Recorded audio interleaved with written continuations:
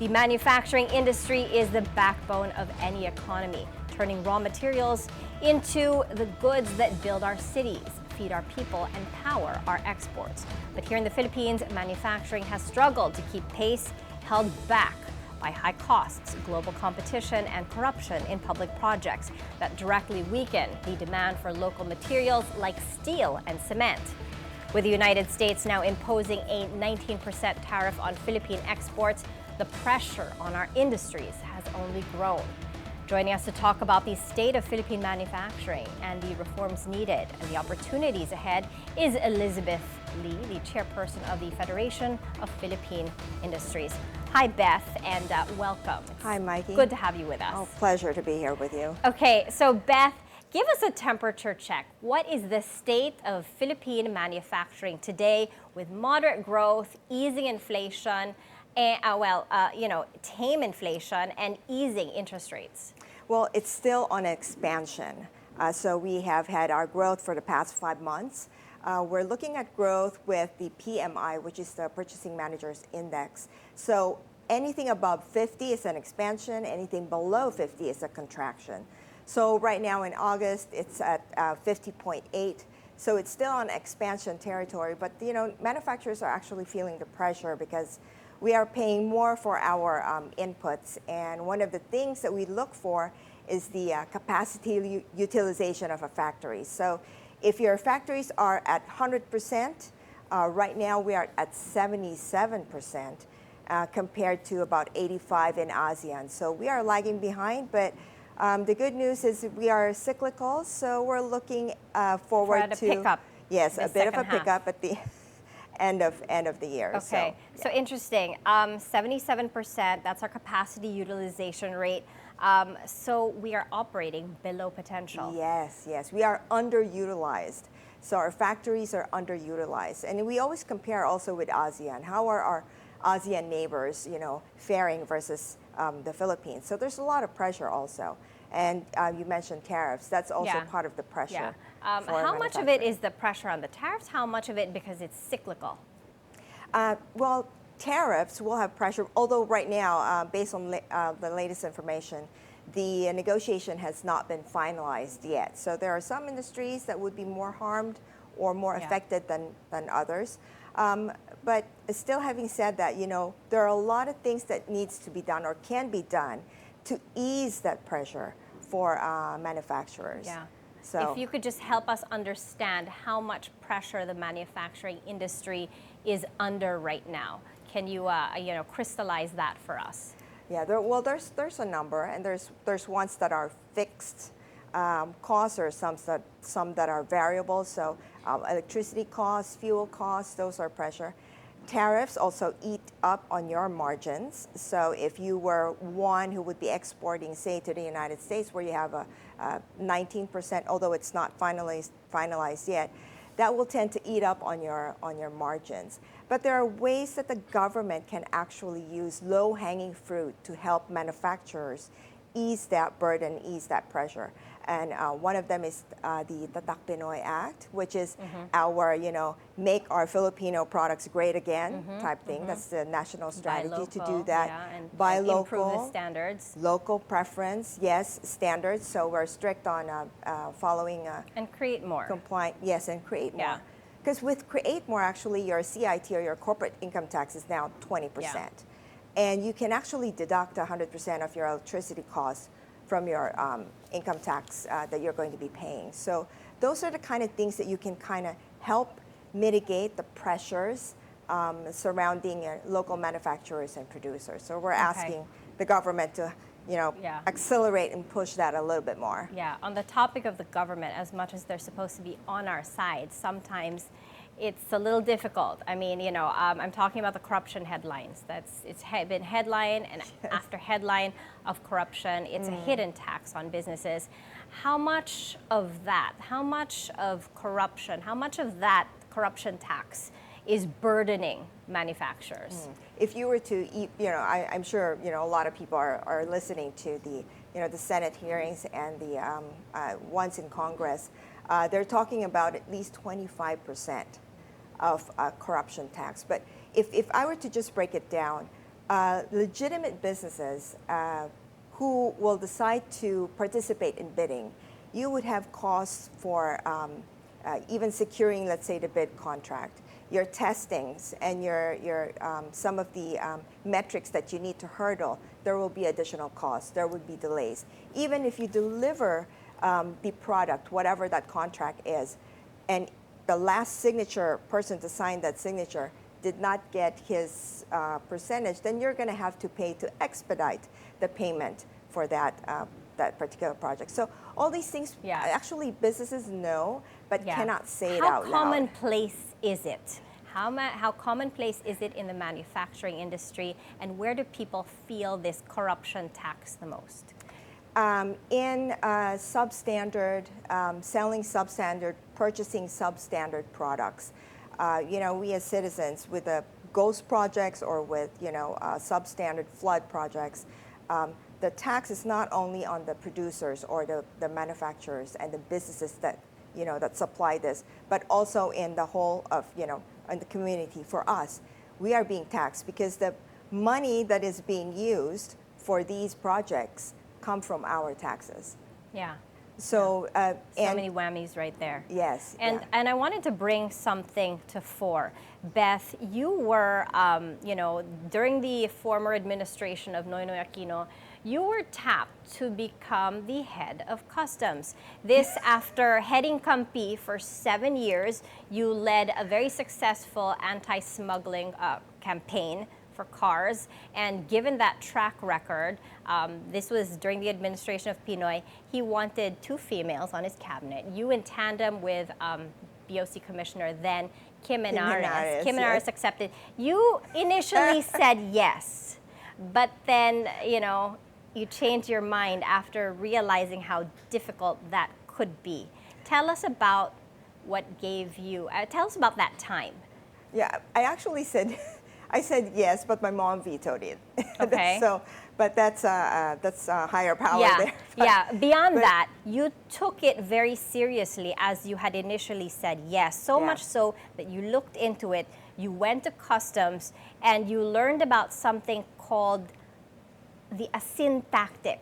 Tell us about this asin tactic, Beth. Yeah, I actually said yes. Actually, to the credit of then President Noynoy Aquino, he wanted the purse strings of the country to be held by 2 women.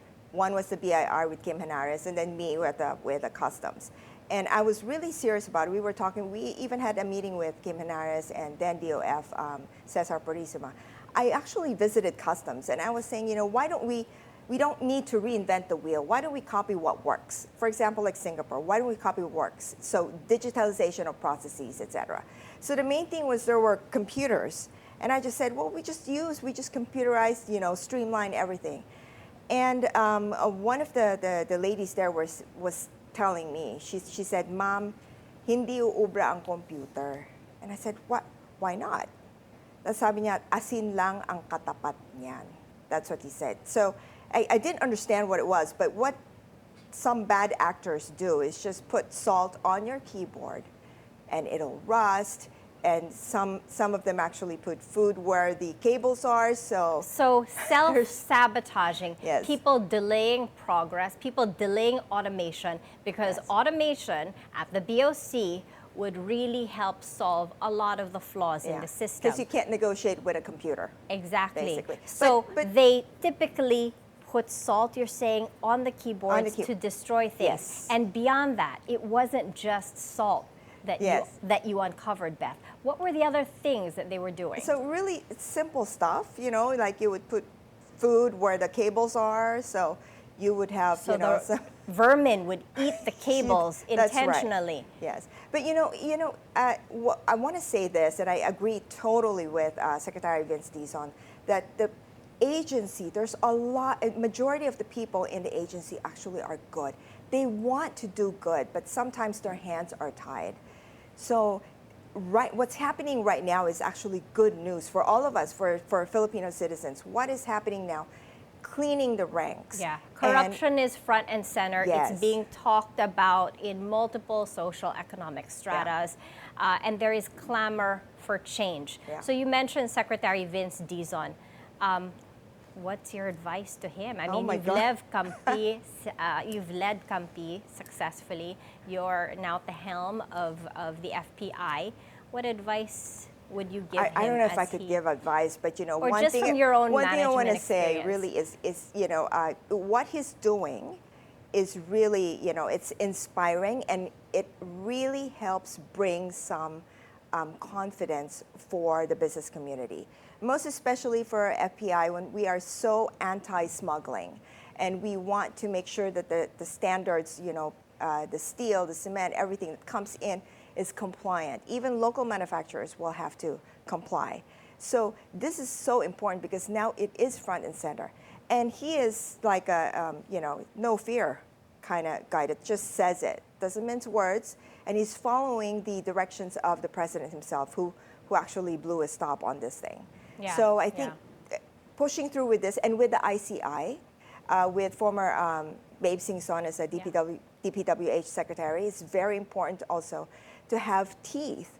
And we rely on the justice system, of course, to sort of claw back the wealth that was stolen. And then we rely on the policymakers and our legislators to actually put forth reforms that will be long-lasting, so things like this don't happen again. That's so important. It's important. Claw back the wealth that was stolen. Yes. Rallies this weekend. Will you be going to any of them, Beth? We have plans to do that, but we stand with the people on this one, and we want to work together with the government to go after bad actors. So we are ready actually to work with the government. We have formed some small groups already with the BOC, with Commissioner Ariel Nepomuceno. We want to do the same with the BIR, but we are doing this also to help, government needs a lot of help. They want to do what is right. So FPI is here to actually help with that, anti-smuggling, and also with compliance on product standards. What's the beat on the street with the FPI? How are the members, thinking about all of this as the corruption headlines take center stage day by day? What are their feelings right now? What are their reactions to all of this? Well, I think the feelings is the same, enraged. But we already know these things are happening. But on the other side of feeling enraged is actually there is a positive, because we are moving towards the right direction. So with this front and center, then, with what, Secretary Vincison is doing, substandard, even ghost projects, these things happen, but nobody's talking about it. But now it's front and center. Now you will, know what kind of cement, types of cement is needed, or rebars or steel bars. What are the products or the aggregates that are needed to build? But it's not only those raw materials. You need to take a look at the total design as well. You can have good materials, but wrong design, it still falls through. So it's, corruption is so front and center now that it is so important, because it's like, corruption is like rust. It starts silent, but if you don't fix it, it'll corrode and eat everything up. So what seems that looks like solid is actually hollow inside. So this is so important. We are encouraged, very much encouraged, inspired by the secretaries that are doing their job now, a lot of job. But we are looking forward to concrete results after this. Absolutely, concrete results. And as you mentioned, it's very good that the president blew the top on this and that people are really acting on it. Going back to the 77% capacity utilization rate for factories in the country, what is realistic? How high can we go from this current 77% rate, and what do we need to get there? If we're looking at, so for example, what's tied to that is the PMI index. I think the highest was 57, and December of 2024 was 54. Right now we're at 50.8, as you mentioned. Right now we are at 50.8. So there really is, we've been there before, and we can go there again. So with all these things, reforms, that's, acceleration of create more, buy local, buy Pinoy. So we have to, prioritize local manufactured products. These kinds of things actually help. The other thing is logistics. We're working together with the BOC and also the PPA to actually take a look at and review, exorbitant charges on port charges, all charges that are tied to importation of raw materials. Unfortunately, we actually are also import dependent for some inputs, some raw materials for manufacturing. So that adds a lot of cost. Logistics alone is still about like 25 to 35 or 35% of product cost for the Philippines. If you compare that to the ASEAN, we are actually one of the highest. So that factor alone actually helps bring down the cost, bring down the pressure on Philippine manufacturing, and also help safeguard whatever margins that we have left. Yeah. This second half, and as we approach 2026, what would you say are the biggest risks to manufacturing as you want to pull up your PMI score? What are the biggest things that would possibly hold that back? Continuation of corruption, which is purchasing of substandard products. This will harm because this actually undercuts legitimate businesses. So if the legitimate businesses cannot participate in large projects, let's say with the government, then that's a lot that's taking out of what's being purchased or being manufactured locally. So I think if I were to have one word, it would be corruption. If we can really deal with corruption, anti-smuggling, do strict compliance for product standards, at the minimum, I think that can really help safeguard. Offset a lot of the external pressures that we have no control over. So let's tackle what we can. Beth, lastly, manufacturing is about scale and systems, but leadership is about people.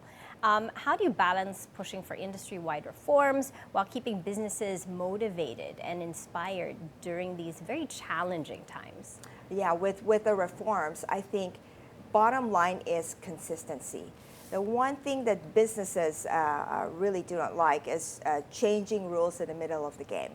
So consistency, with that consistency, we can now plan better for the future. So on the industry level, if that is actually accomplished, businesses on the ground level will adapt to it. So I think we need to actually help ourselves and make sure that all these reforms are actually implemented and there would be consistency in the business climate. Okay, thank you so much, Beth Lee, for your time, the Thank you, chairperson Mikey. of the Federation of Philippine Industries. My pleasure, thank you.